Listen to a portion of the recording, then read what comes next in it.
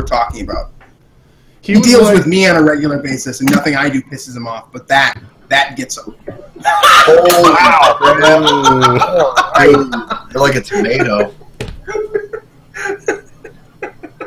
He does not look amused. He either can't hear you or he's not amused. He can't hear. There's no way he can hear. He'd be laughing too if he could hear us.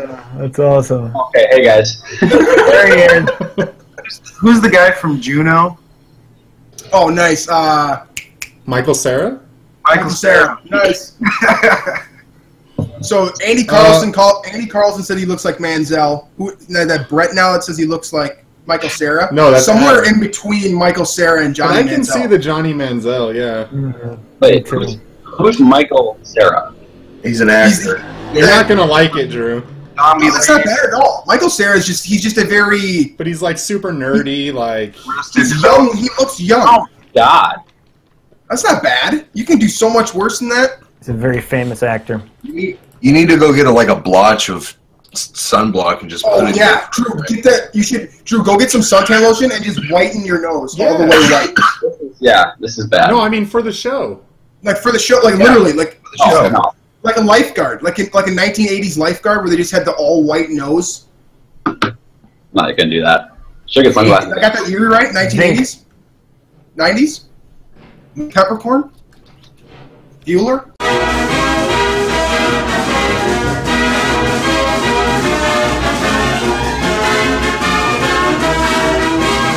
All right, what's up, everybody? Welcome to episode 12 of the VT Roundtable. We got a full house tonight. Everyone is back at the table. Sam is back from his absence last week. He was out partying somewhere. Did you have some fun, Sam? I had a great time. Thanks for asking, Brett. A little bit of work, a little bit of play, but that's how I like it.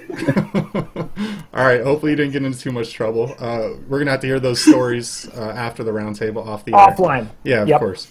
And Drew is actually on vacation right now, so, about, I don't know, 30% of the table is getting to have fun and go do fun things, and the rest of us are just here working. BT has such a high priority in my life that I'm on vacation and I'm still doing the roundtable. Yes, we appreciate you being here and joining us despite being in beautiful, where are you? In Florida. Beautiful Florida. Working that tan. He's got a tan going right now, if that's what you want to call it.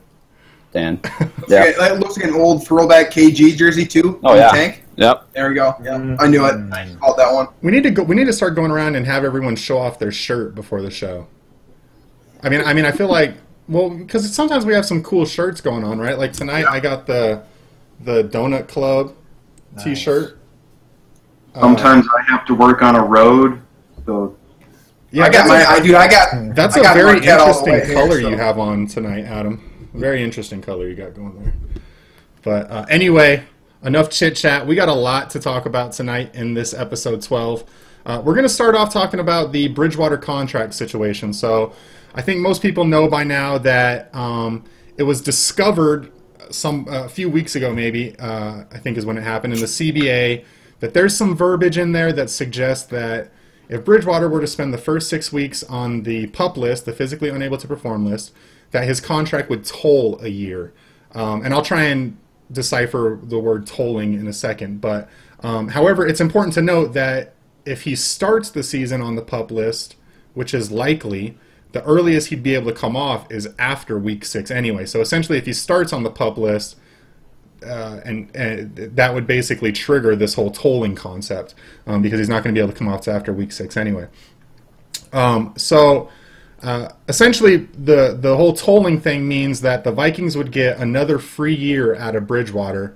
Remember, the team did not pick up his 5th-year option, and some people think that maybe the reason they chose not to pick up his 5th-year option was because basically this loophole in the CBA, I don't know if it's fair to call it a loophole, but anyway, this verbiage in the CBA essentially gets the Vikings another year of Bridgewater at his current contract amount, under his rookie deal, which is $1.3 million. And obviously that's, a steal for a quarterback today in the NFL. I think it's also worth noting that there are some people within the league that don't think this 6-week thing is is what the CBA says. There's some people that interpret it that you have to spend the entire year on the PUP list. So I think there's some uncertainty on whether or not this whole 6-week thing is actually legal or true or not. But anyway, I mean, for the purpose of this conversation, we're going to assume that it is, that the Vikings can toll his contract if he spends the first 6 weeks on the PUP list. Sorry, just a little bit more, and then I'll get your guys' opinion on it. But I'm just trying to give the backstory. So, Pro Football Talk, there was an article where they basically reported that the NFLPA and Bridgewater will be ready to challenge any sort of PUP designation by the team if Bridgewater and the NFLPA believe he can pass a physical. I think the exact quote in the article was, as one source with knowledge of the situation explained it, a disagreement could lead to a huge battle with the NFL on one side, and the NFL and the Vikings on one side, and the NFLPA and Bridgewater on the other. So, assuming this huge battle happens, whose side are you guys on?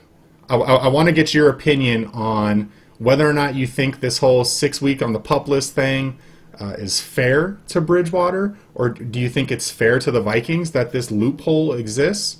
I don't know, Adam. I'm always interested in your wise takes, and I'm especially interested in this one. So, what do you think about this whole thing? Wise takes. Well, I mean, this might be new to Minnesota, but I've heard of this contract tolling thing. I think most recently it came up with Martavis Bryant and his suspension. Was in a similar situation. And I don't think it's totally new. This will possibly, to my knowledge, end up as the most high-profile case, especially in Minnesota, where it's tested. And as far as whether or not it's fair, I mean, first of all, it's a contract, and the union and the NFL made us all go without football for a while so they could hammer it out. And it's a contract, and it's supposed to be in black and white, and they have both sides signed it. So, of course, it's fair. The problem is whether or not it's up to interpretation. And if you consider the alternative is that you have these rookie players that can make it to week 6 of their contract year of their rookie contract and just suddenly say, oh, I've got a broken toe, I need to go on IR, so that they don't suffer an actual injury before they hit free agency as a second contract big market NFL player. So that would be unfair to the team to not have some sort of protection there to prevent players from that happening. And people would say, oh, why would they tank an entire season in the last year? You know, they want to increase their value. Well, that's really easy. They have agents that can go around the league and say, hey, this guy's not really hurt. You should pay him a lot of money come March. That's the way it would work out. So it's a complicated thing, and it's the unfortunate and less appealing business side of the NFL. But whether or not it's the right solution, I'm not sure. But yes, I think it's fair to have a mechanism in place that prevents either side from abusing the free agency system. And not saying that I think Teddy would abuse the free agency system, but I don't know his agent. I don't know Teddy. Maybe they Teddy would. wouldn't abuse a fly, Adam. Okay, be careful. But that's part of the CBA provides a whole level of gamesmanship that fans love to know about, but it's not always fun to know about stuff like this. And it provides that gamesmanship between the front offices and between the agents in the front offices, and it can be a complicated matter, especially when it's tested on such a big stage that this one will be tested on. But as far as I know, I can't remember which analyst first came out with it. I can't give proper credit here, but as far as I know, yeah, if he's not off the PUP in time, then he will have his contract told for another year. And I wouldn't necessarily say it's a free year for the Vikings. They're still going to pay him. But I think it's free considering the difference in what they would be paying him. Between that and the 5th-year option, absolutely. It's a major discount anyways, and it gives them another year. But I don't think Teddy Bridgewater was in danger of going anywhere if there's even a slight glimmer of hope that he's going to be able to play football anytime soon. They would have the franchise tag at their disposal. They'd have the the fifth-year option at their disposal. It's just a matter of whether or not he's going to get that money. And if they don't have the fifth-year option at their disposal. Not anymore. Yeah. Not anymore. They did. I mean, but if you have to feel like they probably knew about that fifth-year option when they made the decision to decline it, right? Like they had to have had a good understanding of where the contract situation stands in terms of the tolling thing that we're discussing here, right? Yeah, I think so. Rick Spielman was on PFT Live, Pro Football Talk Show, and he said, "We know the rule very well. We've talked to the management council. We understand everything that's involved with it. But again, it's something from a contractual standpoint that I'd rather not comment on. But there are specific rules there, and we're quite aware of what the rules are." So there's that should tell you all you need to know right there. That they knew about this thing. I mean, they'd have to be stupid not to, right? I mean, it's their job to know this. Yeah. So, are there any other strong feelings on this besides Adam? So it seems like Adam stands. I have a thought on fair versus unfair. That's kind of because that was where we originally started with this discussion, right? Fair versus unfair. Whether we think that which team would you side with, the team or Teddy Bridgewater? Right. I think that's a discussion right there in itself. Adam already established a firm basis of what is fair, and the fact that both sides signed the contract means that it is fair, and I think that's an important point. But this puts fans at an interesting perspective here, right? You have to either side with the Minnesota Vikings because the Minnesota Vikings and Teddy Bridgewater are going to be on opposing sides in theory here, correct?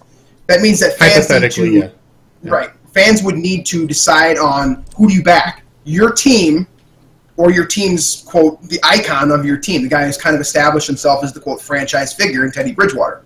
And I think that's interesting because with Bridgewater, you're siding with the guy that you love, the guys that we have all come to love. But with the Vikings, you're siding with your team, and you're kind of doing a little bit of immoral versus moral, ethics versus unethical kind of thing, where ethically speaking, the contract says the details. That's a matter-of-fact type of deal for Teddy Bridgewater and the Vikings. Morally speaking, it feels kind of unfair to Teddy Bridgewater, so I would understand siding with his camp on whether he should get paid more or not. But then you have to also think, are you for the team, are you for the Vikings, or are you for the one guy? And generally, you're for the one guy because of how unfair the NFL is as a whole when it comes to paying players, whether it's your take on guaranteed money versus having, paying full salary, all of that type of stuff. There's a lot of ethical versus unethical going on here, and I just find it extremely interesting whether you'd side with Bridgewater, which, Brett, I would imagine you'd probably want to side with Bridgewater given your love for him and being... Obviously. Yeah, exactly. And see, for me personally, I would side with the Vikings because one player is just one player to me. So I think that in itself creates a pretty heated debate and something that we could discuss right now, and I'm sure I'm not the only one that has a take on this. Look, I can end the debate right now. Let's hear it. Well, want them to win a Super Bowl or not win a Super Bowl? Not. No. No. Can you elaborate on what those two sides mean a little bit more? Because I think I understand what you're saying, but I still think that it's not that cut and blood. I'm saying that Teddy Bridgewater is going to be on the team regardless of if he's making $5 million or $15 million, whatever the figures are. And that difference helps this team, in theory, get better through free agency and paying more talent. And retaining talent that they already have. And I don't see none of us here wanting to have less money to spend on talent. Well, here's a hypothetical. I got a hypothetical. Let's say Bradford gets hurt next year, week 9 or week 10 or mid-season sometime, and Bridgewater is off the pup, and he's somehow miraculously healthy and can play. Finishes the season, Vikings get into the playoffs, make a deep playoff run. Teddy is on contract then to come back for, what is it, 1.3 His contract holds. His contract would expire if you played this season. No. After week 6, he could... after week 6. Right. So in Drew's hypothetical, Bradford plays for half the season. Okay, so let's say week 8, gets injured. Teddy comes in, carries the team to, let's just say, a deep playoff run, or maybe even a Super Bowl. Let's go crazy. Takes us to the Super Bowl in Minnesota, is the biggest hero the Minnesota Vikings have ever had of all time. Instantly. Okay, of all time. Yes. I see what you're saying, Drew, but guys, realistically, if that were to happen, what's going to happen? He's going to hold out, and he's going to get paid. I make a ton of money. That's what I was getting to, Sam. Oh, damn that's it. what I was getting to. All right, well, way to kill the hypothetical. I was feeling that one, too. I thought that's where he was going with that. He's got it, so that's why it doesn't bug me so much. All right, so let's just say he has a good season. So he finishes out the year in the last 8 games, he's a top 12 quarterback in the last 12 games. Okay? But his contract still wouldn't toll if he plays at all next season, correct? No, it would toll. It will. Based on what we know now. For the entire season for it to toll. No, well, there's some uncertainty. That's my understanding of it, is that he needs to be out for the entire season. That's what has confirmed. I think it was Jordan Reed that asked him, actually. Jordan Reed asked Rap Sheet on Twitter, and Rap Sheet responded to him and said it's after week 6. Okay, so it's only 6 weeks. That's great. Right. That's great if you're the Vikings. That's why we're talking about that. It's the worst hypothetical, and I think Drew might have been going this route, is the one you brought up. Bradford plays till week 7, goes down. Teddy's ready to go. He comes back in and blows his knee out again. That's where I was not going that way. That's where Screw you, Adam. Teddy Bridgewater. Is it back? Well, I've been sitting here with a confused. More money, and it's over. That's where the fair, unfair, moral question comes into play, and makes you question whether or not Teddy would even entertain the idea of coming back next season, knowing that his contract is already. He won't anyway, but this is the hypothetical. Yeah. Okay. Awesome. But isn't this all like? I feel like I've been confused this whole time. Isn't this all null and void if he goes to take a physical and he fails, which I am guessing is probably going to happen? Yes. Okay, that's my reasoning. It doesn't bug me because I don't think any of this is going to happen. Gotcha. Wait. So if he fails the physical, that the whole thing doesn't happen, or I expect nothing less from you, Austin. Well, no. Say that again. It's very rational. I think you're probably right on that. Also, in terms of fairness to Teddy Bridgewater, they paid him not to play last season. And that was kind of one of the things that, because I'm firmly in Team Bridgewater always, okay, forever, regardless. But a lot of guys that played last season. But that's a very good point. That's a very good point. But Sam, you bring up a good point, and that's kind of where I was hoping the conversation goes. Is like, there's also the protection. The team needs some protections as well. And to be fair, they've been paying Bridgewater, since his knee went out. Right. So do they deserve another year, basically, or I would say no. Just because that's what the contract doesn't necessarily say. The contract they signed was the expectation that was 4 years plus a potential for a 5th year. And that's what's fair to me. And then what Warwick got into, which I thought was the best possible rationale for this situation, saying that, it's a contract, they signed it, it's supposed to be black and white, but it's not, but he still signed it. So what's fair is what happens now. That what happens is just that's what's fair because both sides agree to it. I'm not talking about what legally is right or wrong. I'm just talking about emotionally. Where do you guys fall on the spectrum? And it doesn't matter emotionally. I try not to be emotional with one player ever anymore. You're talking to the president of the Teddy Bridgewater fan club, guys. Yeah, you got management on one side and the union on the other. They have to negotiate this contract, even though the stuff isn't always available to us. When they negotiate these contracts, there's usually an arbitrator there that's taking notes that describes the intent of what the rule was supposed to say. And Rick Spielman probably has all that information. He pretty much told us as much, which is what BJ said earlier. They know that they've got Teddy Bridgewater until 2018, and they're not in danger of losing him. And they also don't feel pressured to hurry him back before he's ready. Right. Yeah. That's important. That's the real situation right there. The athletic that saved his life might actually have his best interests in mind. And hopefully it all works out. If they put him back in there in week 12 and it's a lost season or something, that's a really crummy thing to do. But I don't think that's going to happen. I don't think they would do that. I think that it's interesting, just real quick, I'm just bringing this up. Bradford is susceptible to injury, for the record. Just because he played 16 last year, this guy's got 2 blown out ACLs. He could easily be out by week 6, and we could be looking at a Teddy Bridgewater comeback, assuming health. If Paul Allen, who reported it, he thinks he's going to be back mid-season. Well, if he is back, we could be looking at that scenario because Bradford's made out of glass. That's just how it is. I was checking Twitter, and Matt Collar from 1500 ESPN just said he's going to drop an article tomorrow about how people all around the circle are believing in his recovery faster than what we expect. So stop shaking your head, Austin. Austin shaking his head. I'm just so, me of all people is extremely pessimistic about all of this. I think this is a giant PR play by the team. I think it's a full court press of positivity around Bridgewater. Everyone's saying conspiracy theory. Not a conspiracy theory, but that's what you're going to do. You're going to get absolutely right. You're going to get your player that was the face of your franchise, and you're going to say everything's going great, everything's going fine, his recovery is going well. We all believe in his recovery. And you look at the way the team has treated him throughout this whole injury process. He's been, the light of everybody's eye. And I love Teddy Bridgewater. I'm not saying I don't want him to come back. I just think I am not going to get in the pipe on this pipe dream of he's going to come back in week 7. I just don't think it's going to happen. Get in the pipe. Especially since when they asked Mike Zimmer, he keeps saying, no change. But he recently did say he's more optimistic than ever. That happened like a week ago. Absolutely. After all this, so that's interesting. That's an interesting. Because think about Mike Zimmer as a person. Mike Zimmer as a person is never says generally. He's not transparent. He's not transparent. That's when he's talking about Teddy Bridgewater, the nicest kid in the history of life. Yeah, that's the interesting thing to me.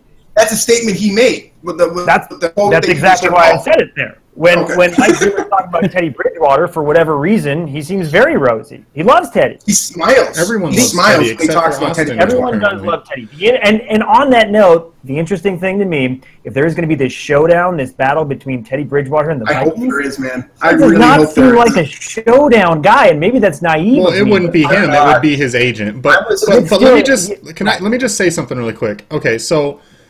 This report on PFT came to him from a source with knowledge of the situation. So whatever that means, right? But assuming that that's true, and Bridgewater and the NFLPA are gearing up for this, why would they be gearing up for it if they thought that there was no hope that he would pass a physical? Because there is potential for it, right? It sounds like it, right? Because why would this even be a topic if prepare for the worst case scenario? Go ahead, Adam. Tell me why and ruin my pipe dream that Austin's also trying to ruin. Here's why. It's got nothing to do with Teddy Bridgewater or the Vikings. The NFLPA is already gearing up for the next work stoppage. They've stocked away way more money than the NFL already. DeMar Smith has done a fantastic job of stockpiling money to prepare for the next work stoppage, and the NFL has not, which is the complete opposite of the last time it happened. And in order to negotiate, you need to posture first, and this is the beginning. We're 2 years out, but this is the beginning of posturing for the next CBA. Yeah, all right. Two things here. One, and those. This is the first, and it's not going to be the last. There's going to be a lot of posturing in the next 2 years, where you're going to hear all about these crimes against humanity or crimes against NFL players, and the opposite from the NFL towards the NFLPA, because it's all going to be a public negotiation that gets started way too early, just like presidential elections. This is why you bug me. This is why you bug me. We should probably be watching the Josh Gordon situation, by the way, how the Josh Gordon situation carries out, because it's similar in the contract tolling type thing because of his suspension. And 2, do we all agree that Teddy Bridgewater is the face of the franchise, even though he's on the PUP list? Is he the face of the franchise? Like, when we say that, is that accurate from most in your guys' opinion? Do you guys still think of him as that guy? Well, you know my answer, Austin. We got to see how Stacey Coley pans out. There you go, Austin. That makes me feel generally speaking, would us 6 agree that he is currently the face of the franchise? If you had to name one, yeah, but I would. You do kind of have to name one because you got to market the Super Bowl somehow, right? I don't. I think it's Zimmer. Do what I want. Yeah, I don't think it's a player. I think it's Zimmer, just like Adam said. Oh, that's a good point. Yeah. Point. Tough guy to market right there. This topic. No, he's not. Mike Zimmer, as a marketable person, Mike Zimmer is the most lovable coach we've ever had. He hates the media. He hates people. Did you see Hard Knocks? But yeah, but that's marketing like a hot mic, not marketing Mike Zimmer the person. But hating the media doesn't mean you're not marketable. People love hating the media. Yeah. Let's not go there. But I know where you're. This is all fake news. That's kind of what this great segment. Next up. Very all right. Just saying, man, we got a bunch of talkers tonight, like stuff to get real fired up about. I get fired up about this next one. So we're going to talk about the number 84. Okay, it's an important number to the Minnesota Vikings franchise, or maybe it's not. Apparently, I don't know. Now, Bucky Hodges, a week or two, they came out and assigned all the numbers to the rookies. Bucky Hodges got number 84. Before Bucky Hodges, it was Cordero Patterson with number 84. I think there was like someone in training camp at one point. Mike Jenkins. Okay, who else? I mean, Andre Allison. Allison. Okay, so a laundry list of players have been given the number 84, and I want to know, when is the madness going to stop? Okay, when are the Vikings going to wake up and realize that even if a lot of people don't want to admit it, there's a lot of people that consider Randy Moss the best Minnesota Viking of all time. Okay, because there's generations of fans, right? So to some generations, my generation, Randy Moss is the greatest Viking of all time in my opinion, and they continue to disrespect Randy Moss by handing around this number to any Joe Schmo that'll put on the jersey. Now, I'm not trying to call Bucky Hodges a Joe Schmo because we love Bucky Hodges here at Vikings. Your love of him is already noted. Yeah, we already have told everyone how much we love Bucky Hodges. But there's other numbers, right? There's 99 other numbers they could have given Bucky Hodges. They could have chose from one of those, but they chose 84, and I just don't think it's right, and I want to know what you guys think about it. Go ahead, Sam. I'm sorry. I would like to get this out of the way. I totally agree with you. You are right in your righteous indignation about the number of 84. The disrespect that has been shown towards Randy Moss over the years needs to stop. It's unacceptable, and quite frankly, I'm disgusted by it. Thank you. Wow. It was a disgusting act, one might say. You have a knack for theater, Sam Newman. I'm serious. Okay, so let's go this. So the About the Labor podcast, which is a great podcast, you can find it on iTunes, VikingsTerritory.com. It features BJ and Drew down there. Although I guess Drew found more important things to do this week than go on the podcast. There's going to be some guests. Yeah. But anyway, they stole this topic last week because Adam bogarted the show last week and made me sit with my mic off, drinking purple Kool-Aid and taking shots of vodka. So they talked about it on their podcast after I hinted that I'd want to talk about it on the roundtable. So now we're kind of stealing it back and bringing it to the roundtable. But I think, Drew, I guess what I'm getting at is, if I remember correctly, on the podcast, I feel like I heard like a different viewpoint, or maybe like a slightly different viewpoint from Drew down there. We were on the same page as far as I was concerned, but when I asked Drew to pick a fork in the road, and this was being very specific about the timing of it, was one we discussed. I'm like, I don't see the reason to rush it. Like, right, that was where the fork was. My take was it needs to happen now, and Drew said don't rush it. Well, and you said he has to get in the Hall of Fame first, which I said I was okay. I said that once he gets into the Hall of Fame, that puts a clock on when you need to get that number retired. I mean, plus 80 and 88 are both already retired.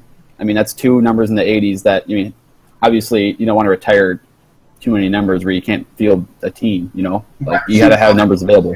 And it sucks. I mean, I think it's kind of unfortunate that Moss came after Page and Carter, where, that's kind of just how it rolls. So, I think it would have been a decent time to do it this offseason, but I'm not that concerned about it. I think it should eventually be retired, but I'm not that concerned. He's the greatest Viking, in my opinion, that I've certainly ever seen.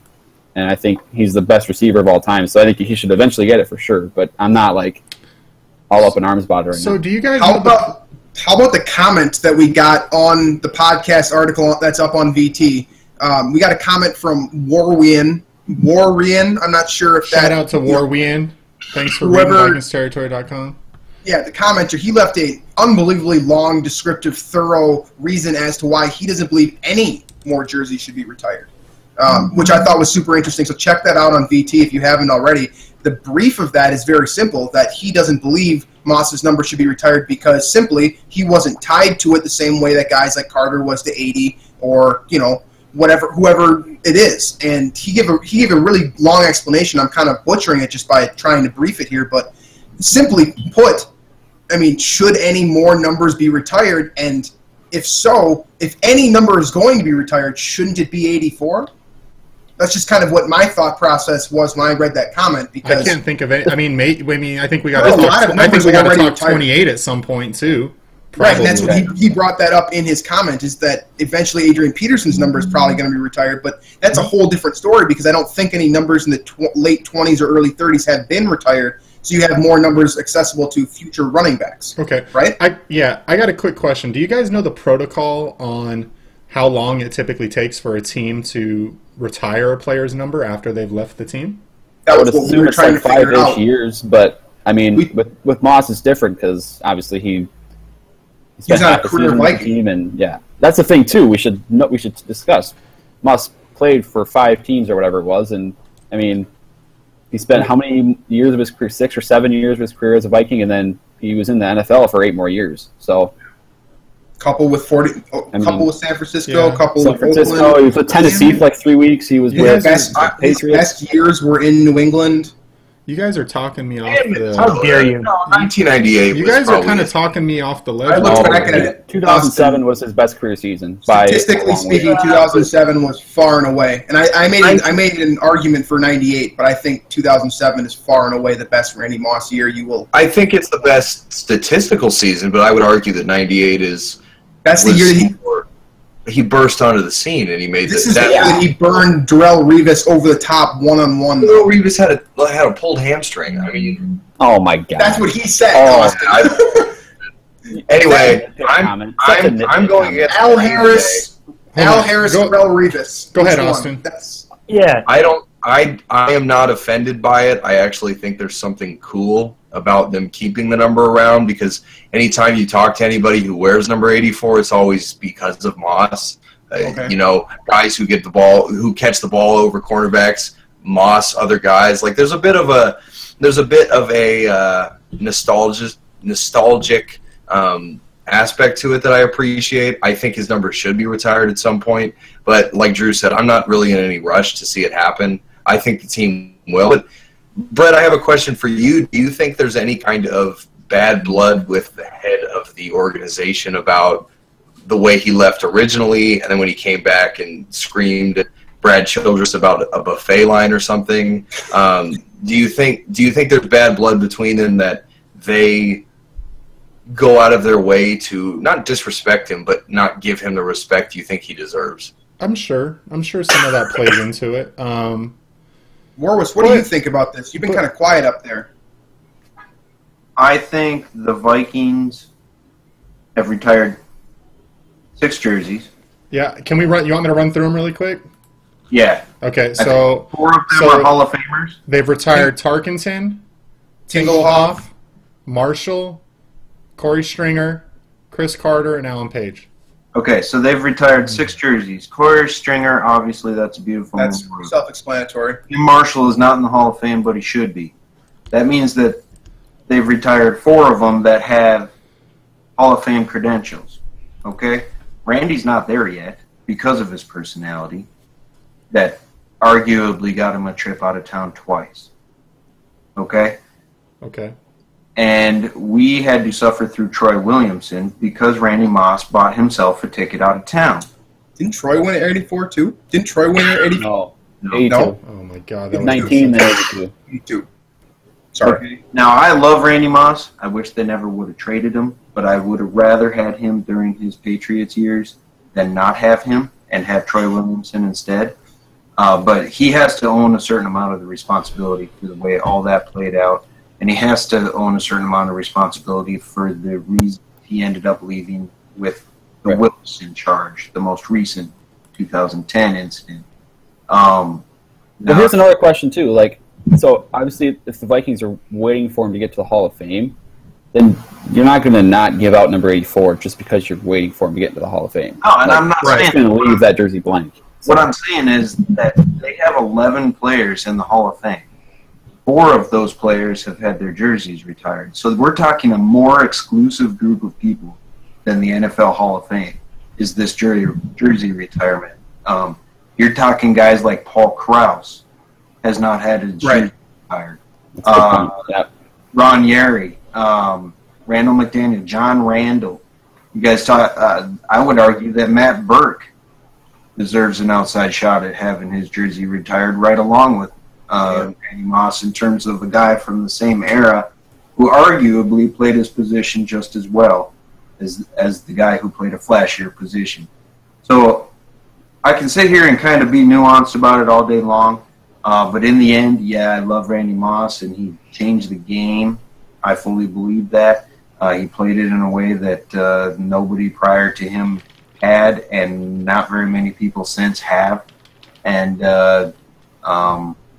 but I don't personally get upset about it. I can totally see why the organization wouldn't want to further glorify the guy that created a generation of Vikings fans, and instead focus on current players that can wear 84 and do good things for the team that hopefully lead to the ultimate goal, which is a Super Bowl. You guys, Super Bowl homeboy. What if Hodges comes out of nowhere and has this unreal 12-year career wearing the number 84, and then we get into the debate 2 decades from now? Moss/Hodges retired. Stop. I'm just saying. We're not even going to waste time entertaining. My other tangent there is should the Patriots be considering retiring number 81 then? Because he's the greatest player in Patriots, receiver in Patriots history in terms of that 3-year span or whatever that he spent there. That's the greatest receiver the Patriots have ever seen too. Yep. He didn't win a ring though. But pretty dang close. But was he one of the greatest Patriots of all time? No, I'm just saying his number in theory should be what it comes down to. Randy Moss was one of the best Vikings of all time, but at the same time, he wasn't one of the best Vikings of all time. My question here is basically his number should be retired somewhere. I'm just saying if it's not in Minnesota, I think we should retire every number Moss ever wore across the entire NFL for every franchise. Even in Oakland. There you go. He didn't like running on the dirt part of the field. No, I mean for every franchise. Like no one's allowed to wear 84 in the NFL anymore. There you go. Jackie Robinson is. Jackie Robinson. Yeah. No, but seriously, like you guys all made some incredible points, and I feel like maybe I'm changing my mind a little bit on this topic. Oh, wow. So what's your take now, Brett? No, I mean, actually, I really liked Austin's take that it's kind of cool to keep it, too. Like, I hadn't thought about it like that. You know what I mean? Either. Like, it's... Like, I think that was something that doesn't get talked about a lot, that maybe it's a... Maybe... That's like completely opposite of what you thought initially. I know! Like, it's funny. I know! But you guys are also damn... you guys are also convincing that I feel like I'm backtracking a little bit here. No, just leave me out here on this ledge after I backed you up. That's fine. That's true. I don't think anybody would complain if they retired their number. I'm just kind of playing devil's advocate. I could see why the Wilfs and the organization that they own would not be super eager to invite Randy Moss back into their house. Mr. Rational up there. Prime T. What's that? I said Mr. Rational up there nailing it down. I'm with you all the way. I'm just saying you're giving the most rational explanation as to why, and that's the delivery too. The delivery of Adam's takes are always like super calm and collected and like measured, and I love it. Yeah, but I'd have as much fun as the next guy if they had a really cool ceremony for Randy Moss with highlights and tribute videos. That'd be awesome. But I'm not upset either way, I guess. All right. Yeah. So is anyone after the discussion now? Is anyone upset that his number isn't retired currently? I need some time to think about it, but Sam is still upset. Sam hasn't spoken in so long. Sam? No, I'm mad. That's it. All right, that's it. No, Brett, how about you? Are you mad that it's not retired? Greatest Viking of the modern era. I think that they should retire. I still think they should, and I think it should happen sooner rather than later. I'm with you. I'm with both you guys, Sam and Brett. So we got a 50-50 split on here because I think it should be retired too. I'm less passionate about it now after hearing all of the other convincing arguments. I'll just say that. Fair. So all right, let's move on to the next topic. Who's ready to talk about Christian Ponder? Favorite topic. Most handsome Viking of all time. It's up there. Just saying. That'll be on the next episode. We'll do that next episode, and we'll do pictures. We'll bring up pictures, and we'll critique their faces and normal stuff like that. Rocket scientist Ponder. Right. So yeah. All right. So Sam Ponder, Christian Ponder's wife, recently did an interview with Michael Rand of the Star Tribune. She was asked about 4 to 5 questions. It was pretty short. Ranging from her time on Sunday NFL Countdown, as everyone knows, she's a I guess you wouldn't call it a reporter, but what would you call it? A sideline reporter. Sideline reporter. I guess so. I guess you would call it a reporter. Sorry, TV personality. I wasn't trying to be. Yeah, maybe that's what I was looking for, Drew. And then they're also Boomer spot though, right? What? She's the host of Sunday Countdown. Now the NFL Sunday Countdown host. She started in college football as like a sideline reporter, and then she transitioned to like a host on what was that? What's that show on Saturday mornings? College Game Day. College Game Day. Game Day. Yeah, that's it. Okay, Sam Steele. So she was asked a number of questions. However, one question in particular rubbed some people, maybe some fans, the wrong way. I'm going to read the question to you guys, and then I'm going to read Sam Ponder's response, and then I just want us to talk about it because I'm interested to see how you guys feel about it. Okay, so here's the question: when you and Christian had your daughter, Bowden, in 2014, it was somewhat of a secret, far more so than this time around with your pregnancy. Is that a coincidence? Her response was, no, I'll be honest. The first time around, it was more about the environment. It was rough. I don't think that's a surprise. We were easy targets when we were in Minnesota. It just got so bad when we were there that we decided, quote, we're going to protect this. People can say whatever they want about Christian or me, but if we can protect my stress level while I was pregnant and our newborn baby, we were going to do that as much as we could, and it has been different since we moved. Okay, so from what I've been able to gauge, it seems people have a problem with this because maybe she's suggesting that fans in Minnesota were anything other than amazing to her and Christian and their family. And it seems people think that I guess they should stop whining about criticism from fans when Ponder essentially, quote, brought it upon himself through his subpar play, combined with the fact that he's a professional athlete, and I guess if you're a professional athlete, you just have to be able to deal with these sort of things because it's part of the job.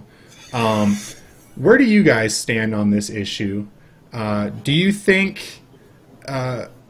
Sam Ponder has a valid point? Does anything about what she said offend any of you guys? Austin, go ahead. Yes. Okay.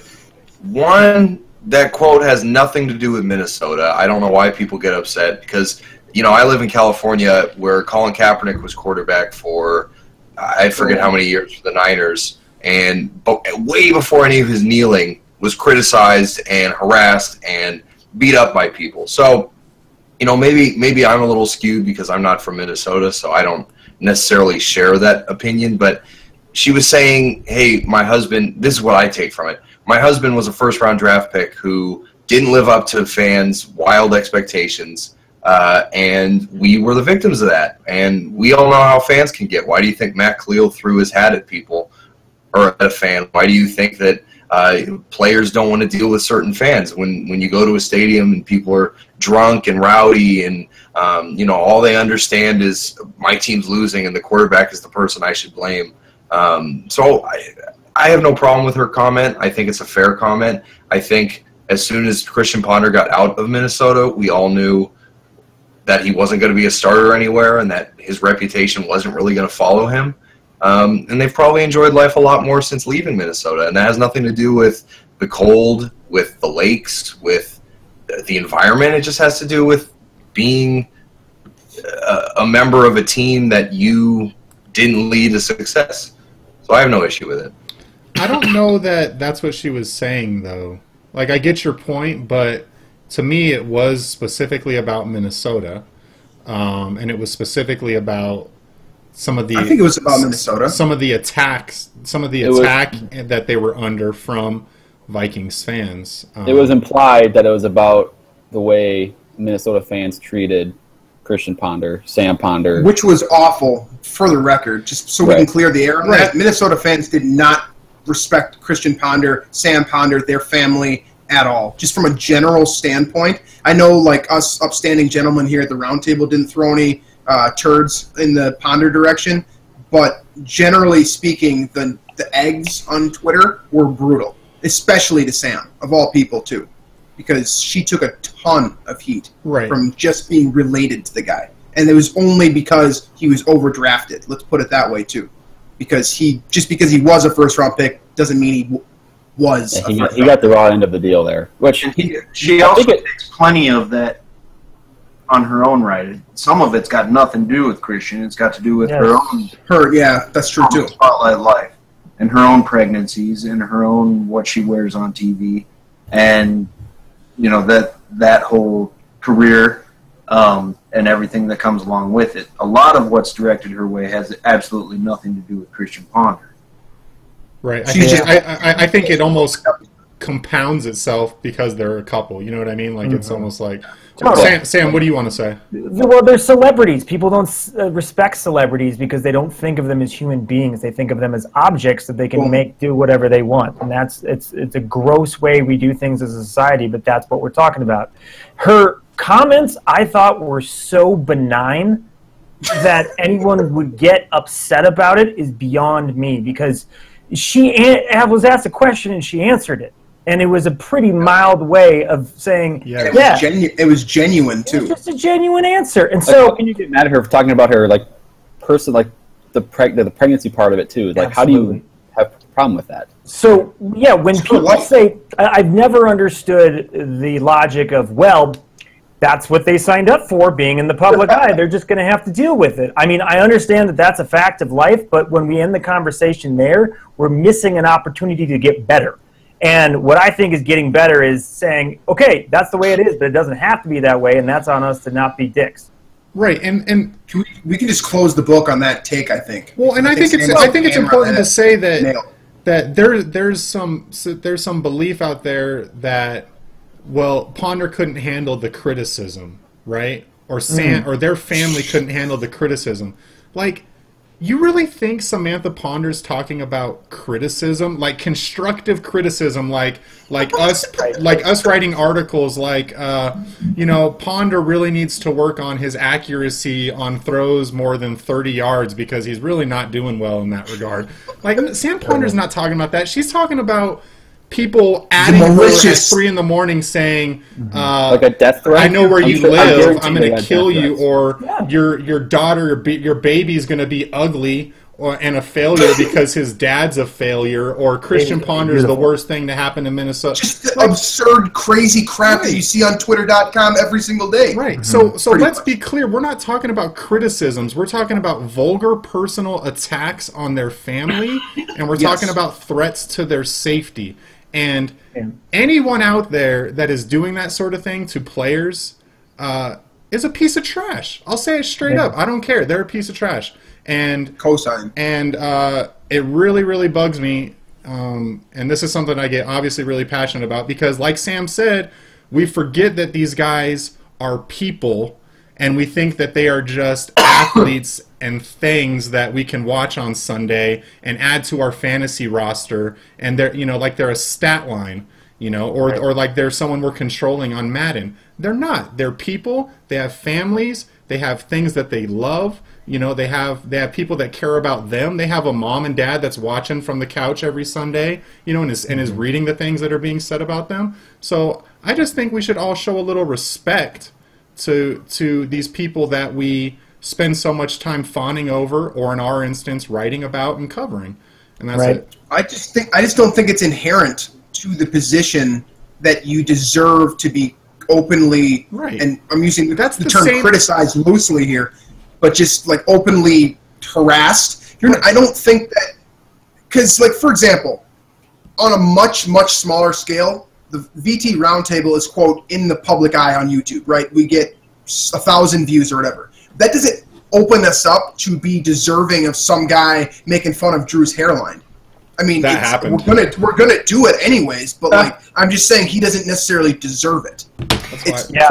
This is an example of causation, not correlation. Was that a jab at LA? Was that a jab at Olay? He hasn't talked about our hair in a while. No, I was literally I was making a joke out of it and then kind of realizing that like guys like Hoodie actually do make fun of us for stuff like that. Yeah, Hoodie more of a joke. You know what I'm saying? There's a serious statement that has been like we take it comedically, but like you guys know what I'm saying, right? Yeah, and that's why, especially at the end of last year, I started trying to be real careful about the way I talked about TJ Clemmings because it's just so easy to pile on. He had an awful season, but there's a human being on the other side of this thing, and so there's no reason to. And the thing I thought it was interesting just about this Ponder thing, I thought he actually handled criticism very well. Oh, he did. I did too. I remember after that Packers game, he came up to the podium and just took it all on himself and said, that was on me. I wasn't ready and I needed to be ready. I don't know. Yeah, we're talking about a super nice guy. I mean, he wasn't a great quarterback, but he's a very smart dude.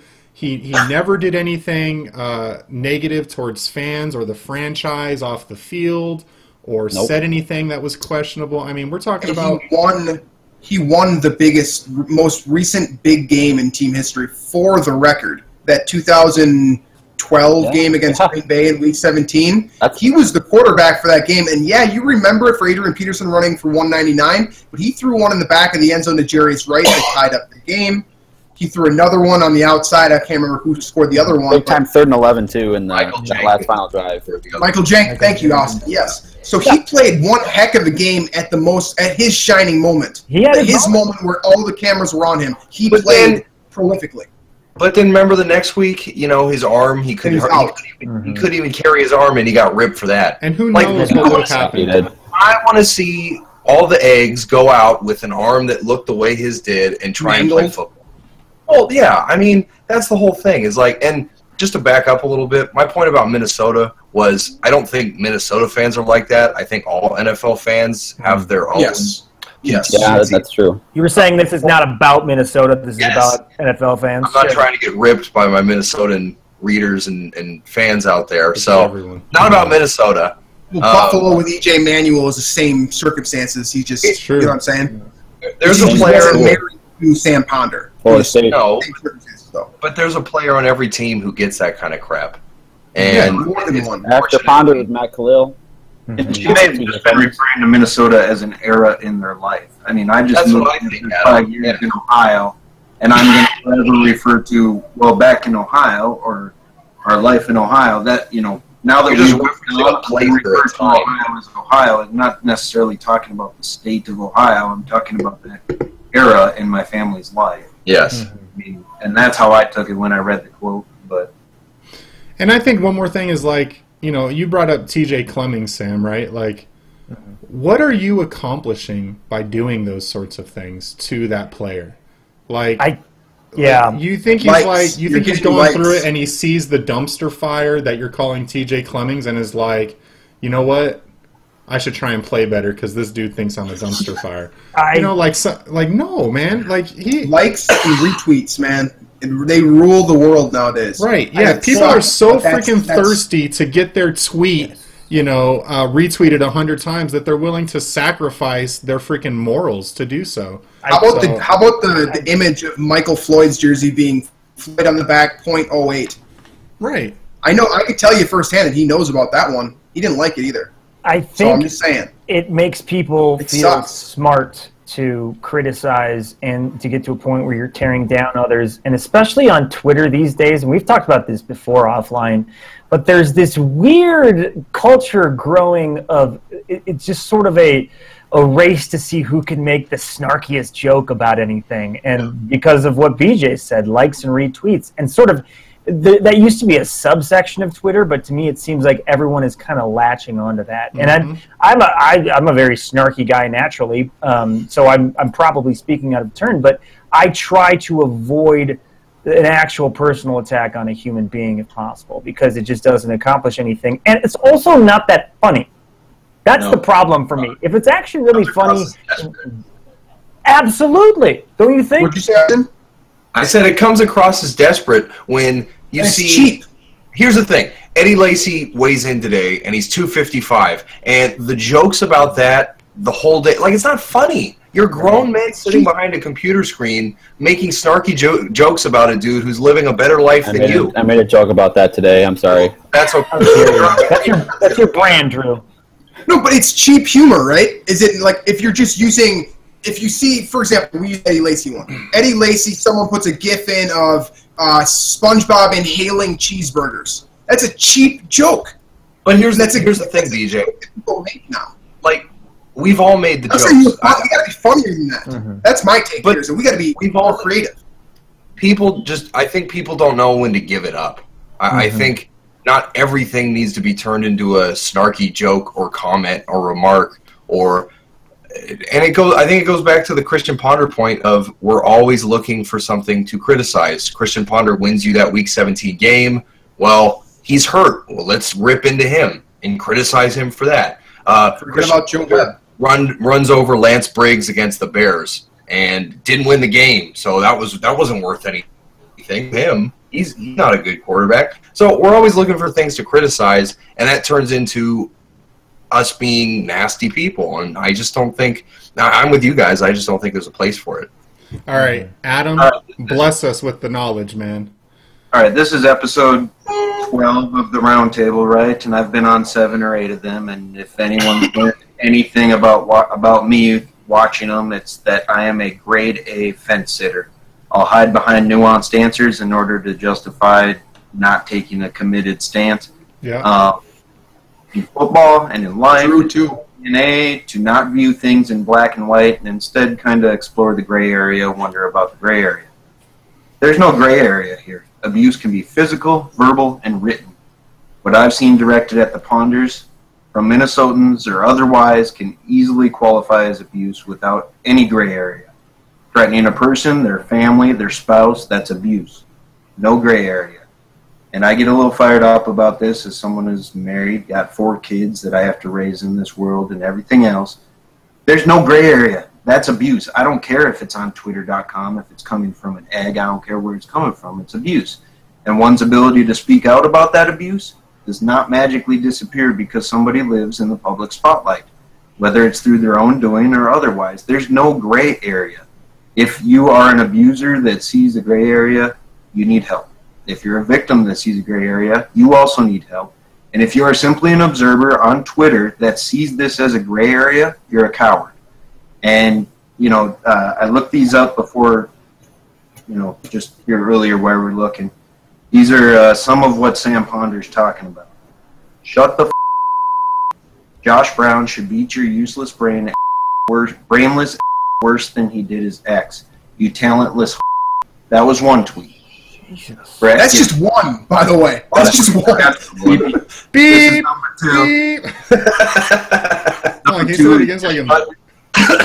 Number 2 is just shut your trap. Already, you mentally challenged mouth breather. Football doesn't need a like you to survive. Off. Number 3, hey, NFL doesn't need your support. They're making $12 billion in revenue, so you're just another expandable. But I've heard a lot of comments here about social media and Twitter, but let's take a second to realize that has become so acceptable that there is a website out there, and I'm not even going to bother naming them, but there's a website out there that's viewed by millions of people and is quite mainstream at this point that also apparently doesn't see a gray area, and as deplorable as those tweets are, as abusive as they are, they had no problem publishing an article that included the sentence, "The woman who was hired to stand on the sideline because she's attractive. Sam Ponder, that Bible-thumping freak, your entire career and livelihood is based on appealing to guys like me." And that article happened to end with a very eloquent, "Go f*** yourself." There's no gray area, people. That's just society. It's not limited to football. It's not limited to broadcasters. It's not limited to a single state. It's not limited to a single era in somebody's life. Just grow up, everybody. And all of our writers here know the number 1 rule when they sign on to write here is we want to be a PG-13 website. We want to have some fun. Ruin that. But there's plenty of places on the internet to find filth, and we don't need to be one of them. And that's one of the reasons why that has always been our top rule that we give writers if they're interested in writing for us or podcasting or whatever, because that's the truth. Football is supposed to be a game for all ages, and quite frankly, you know, what has it become if you can't even log on to a website and not have your kid who might be interested in watching someone like Randy Moss for the first time, like me in 1997, 1998. Hell, I was 13 years old. You know, they should not be exposed to that stuff just because they happen to find the superstar that they want to grow up idolizing. And the internet's become a stupid, stupid place filled with that nonsense. And quite frankly, I applaud Sam Ponder for continuously over the years exposing this nonsense and talking about it and not worrying about the criticism and the backlash she's going to get for exposing it. And people should not put her down for it. That should be something that shows that she's stronger than most. Got nothing to do with her husband. As far as I'm concerned, it's got everything to do with her. And she deserves a giant Twitter standing ovation if that were possible.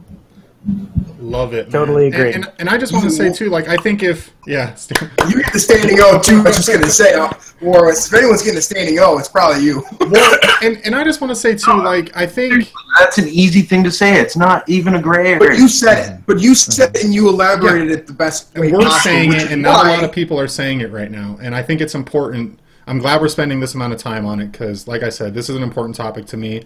I think it should be an important topic to more people. And I just want to say, too, like, if you're someone out there watching that does this sort of thing, just rethink it, man. Just be better, you know. Just don't be players, you know. Don't forget that these are people, you know. Just show some compassion to these guys, and you know, you can critique. You don't have to love every player, but I think you just need to show a little respect to them. Right. So I'm confident those people aren't in our viewing audience. Well, they might be. But if you know anyone. They might be.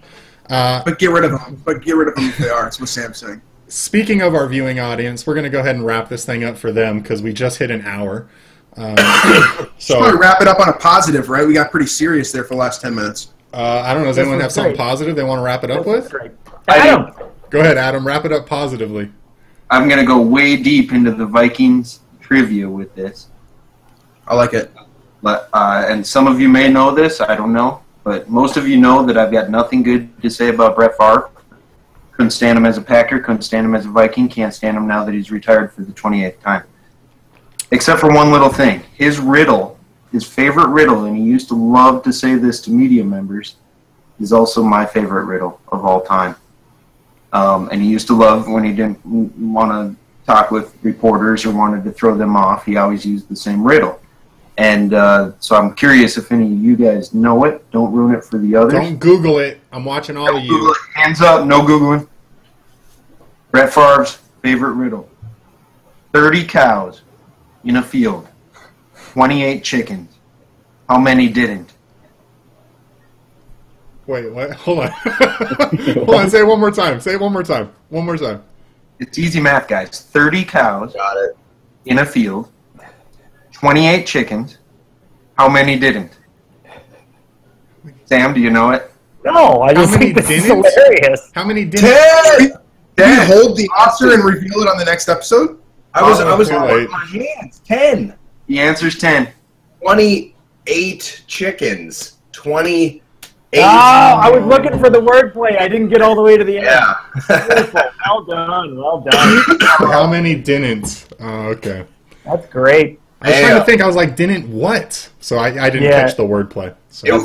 That's so stupid. I'm out. I'm leaving. That's a stupid joke.